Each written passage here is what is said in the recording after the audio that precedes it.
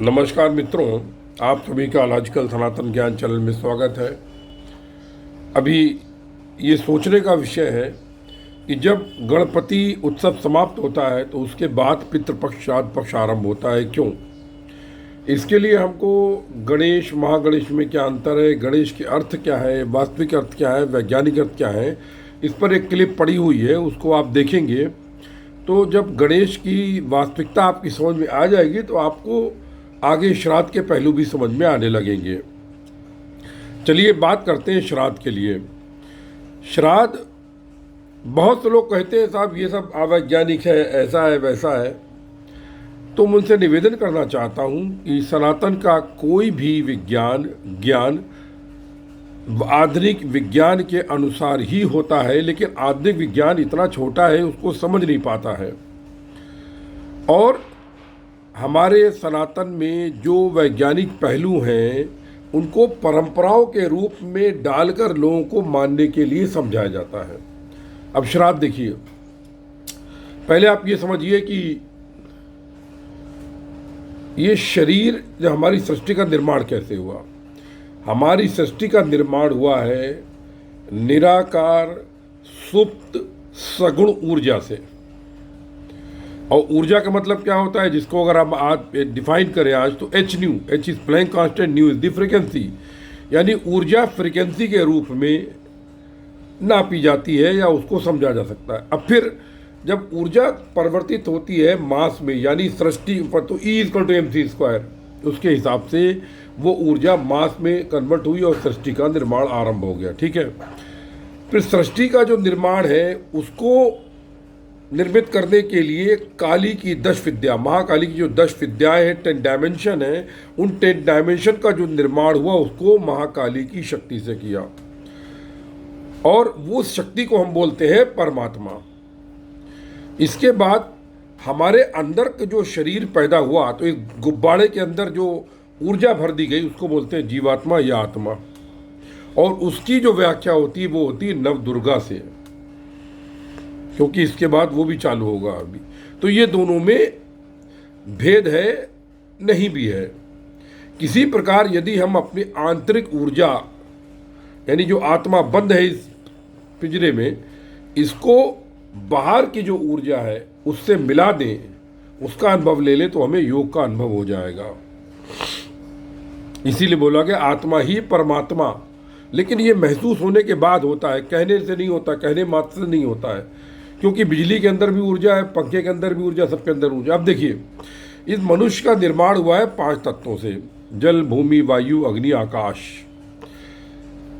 हमें जल और भूमि दिखती है तो हम क्या होते हैं, कर्म भूमि शरीर भूमि में इनकी जब ये तत्व होते हैं, 5 पूरे होते हैं, तभी हम कर्म कर पाते हैं। ठीक है, फिर मृत्यु के पश्चात हमारी भूमि और जल तत्व नष्ट हो जाते हैं और 3 तत्व वायु आकाश अग्नि तत्व रहते हैं। यदि हमारे अंदर क्रोध के अंदर या बदले की भावना रहती है तो हम अग्नि तत्व रहता है, नहीं तो केवल वायु और आकाश तत्व रहते हैं। इसको बोलते हैं सूक्ष्म शरीर, यानी प्रेत शरीर। मृत्यु के पश्चात कुछ दिनों तक मनुष्य, जैसा कि अधिक 11 दिन तक अधिक से अधिक प्रेत बनता है। उसके पश्चात उसका निर्णय होता है कि उसे पितृलोक भेजें या जन्म दे दें, उसके कर्मों के हिसाब का लेखा जोखा होता है। और मनुष्य के जो ये सूक्ष्म शरीर है, ये सूक्ष्म शरीर अपने ये जो जगत का शरीर से बहुत प्यार करता है, आसानी से छोड़ता नहीं है।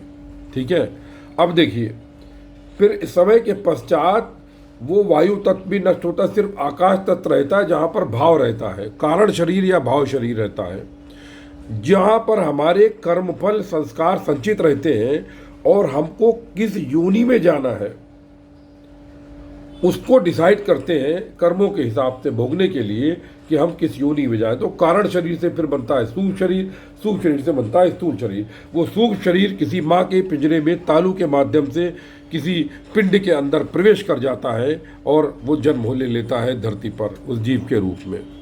ठीक है, अब देखिए, अब वो व्यक्ति, मान लीजिए उसने अच्छे कर्म किए, नहीं किए, जो भी किए, उसकी मृत्यु हो गई। अब हमारा उससे संपर्क कैसे होगा, क्योंकि वो हमें दिखता ही नहीं, उसके शरीर नहीं है। तो हमारा जो कारण शरीर हमारे अंदर विद्यमान है, यानी भाव, उनके द्वारा हम उसके भाव शरीर से, शुभ शरीर से संपर्क कर सकते हैं। और भाव में क्या होता है, संकल्प यानी प्लेज। आप अपनी जो ऊर्जा तप के द्वारा बढ़ाते हैं, तो उस ऊर्जा के द्वारा आप संकल्प करके उसके भावों को उद्वेलित कर सकते हैं और उसके जो कर्म फल है उनको भी नष्ट किया जा सकता है या उसको शिफ्ट किया जा सकता है। मतलब कोई उल्टी सीधी योनि मिल रही है तो उसे हम शिफ्ट करके अच्छी योनि दिलवा सकते हैं, क्योंकि कर्म गति टहरे नहीं टहरे, कर्म तो भोगना ही पड़ेगा, लेकिन हम इसको शिफ्ट कर सकते हैं प्रारब्ध को। अब प्रारब्ध और भाग में बहुत अंतर होता है, इस पर भी मेरा क्लिप बना हुआ, आप लोग देख लीजिए। प्रारब्ध और भाग में जमीन आसमान का अंतर है। ये आपको कहीं क्लिप में मिलेगी नहीं जानकारी प्रारब्ध भाग की, वो मैं यहाँ नहीं दे रहा हूँ। तो देखिए क्या होता है, आप जब श्राद्ध करते हैं तो आप भूखे को भोजन कराते हैं, है ना। और नॉर्मली इसमें पहले आशीर्वाद लिया जाता था, किसका, जिसने ब्रह्म का वर्ण किया हो, जिसके संकल्प सबसे ज़्यादा शक्तिशाली हो, जिसके पास भावों का, ऊर्जा का प्रचुर भंडार हो, वो उस लोक में बात करके पापों को दूर कर दे। वैसे भी अगर कोई भूखा आशीर्वाद देता है, दुआ देता है, तो उसके भाव भी, इसलिए अनेकों को भोजन कराया जाता था, ताकि वो हमें, उनको जो हमारे चले गए पितर, वो हमारे जो कर्म फल है उनको नष्ट कर सके या अच्छे कर्म बदल सके या जो कुछ भी कर सके, XYZ उन भावों के द्वारा करते हैं। अब देखिए दूसरी बात आती है, कौवे को भोजन कराते हैं। आप ये मत सोचिए कि आपके पूर्वज कौवा बन गए हैं, ये बेवकूफ़ी की बात है। जरूरी नहीं है कि सारे पूर्वज कौवा ही बन गए। कौवा को भोजन कराते इसका कारण होता है, वैज्ञानिक कारण है इसका, विज्ञान छिपा। क्यों, ये पितृपक्ष जब आता है तो उसके पहले बरसात होती है, हैवी बरसात होती है, बहुत हैवी रेन होती है, बाढ़ आती है, असमय लोगों की मृत्यु हो जाती है, जीव जंतु नष्ट होने लगते हैं, पूरे पर्यावरण में गंदगी फैल जाती है। अब ये गंदगी कैसे साफ होगी, गिद्ध तो रहता है वीरान में, चील रहती है ऊपर आसमान में, जो पेड़ों पर गंदगी होती है उसको साफ करती है, आपके बीच में कौवा आता है, तो कौवा आपकी उस गंदगी को साफ करता है। तो हम एक तरीके से अच्छा भोजन देके कौवे को ये आश्वासन देते, तुम अपनी संख्या बढ़ाओ और तुम गंदगी को साफ करो, शक्तिशाली बनो, यानी पर्यावरण बचाओ। तो ये जो कौवों को खिलाना है, ये हमारे पर्यावरण से संबंधित है, ये परंपरा बनाई है कि आप जो है पितरों के साथ, और इसलिए इसको एक तरह से परंपरा बना के पितरों के साथ जोड़ दिया कि आप कौवों को भोजन कराएं। आजकल कमर्शियल बन गया, एक आदमी कौवे है ही नहीं, एक लेके आता है, लोग चोंच लगाते हैं, पैसे लेता है, वो अलग बात है, वो उसको मैं मान्यता नहीं देता हूँ। लेकिन कौवे का भोजन, अच्छा कौवा देखिए क्या होता है, गंदगी खाता है, आप प्रेम नहीं करते हैं उसको, नहीं करते, लेकिन पितर पक्ष में उसे आप खिलाते हैं कि उसकी जाति बनी रहे, वो मजबूत रहे, और वो मजबूत रहेगा तभी पर्यावरण हमारा बचा रहेगा। जो गंदगी है, गाय भैंस इत्यादि शहरों में जो मर जाते हैं, चूहे बिल्ली, उनको कौवा ही खा करके एक तरीके से शांत करता है। इसलिए कौवे के प्रजनन की क्षमता बढ़ाने के लिए, कौवों की संख्या बढ़ाने के लिए हमने पितरों को इसके साथ जोड़ दिया। ये वैज्ञानिक पहलू था। तो अब आप ये समझ लीजिए कि श्राद्ध एक आवश्यक अंग है प्रत्येक मनुष्य को करने से। आप पितरों के ऋण से भी, जो कहानियाँ बना दी गई, पितरों के ऋण से मुक्त होते नहीं होते, लेकिन हाँ आपका जो कर्तव्य है पितरों के प्रति वो पूर्ण होता है। राजा भागीरथ ने जो है अपने 60,000 पुरखे तार दिए थे गंगा ला के, ज्ञान गंगा ला करके, वो भी एक अलग कहानी है।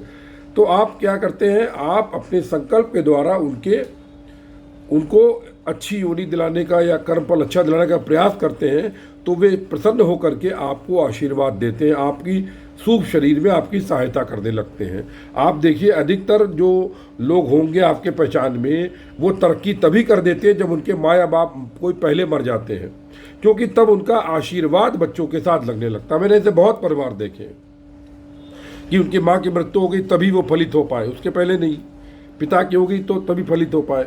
इसका विपरीत भी होता है, जो श्राद्ध वगैरह नहीं करते, नहीं मानते, उनको पितरों का श्राप भी लगता है। और कौवे के द्वारा आप पर्यावरण के प्रति अपनी जो एक कर्तव्य है उसको पूरा करते हैं। इन्हीं शब्दों के साथ आप सभी के हृदय में उपस्थित परम ब्रह्म को नमस्कार करते हुए, जय गुरुदेव, जय माँ काली, सर्वस्व ब्रह्म सर्वत्र ब्रह्म।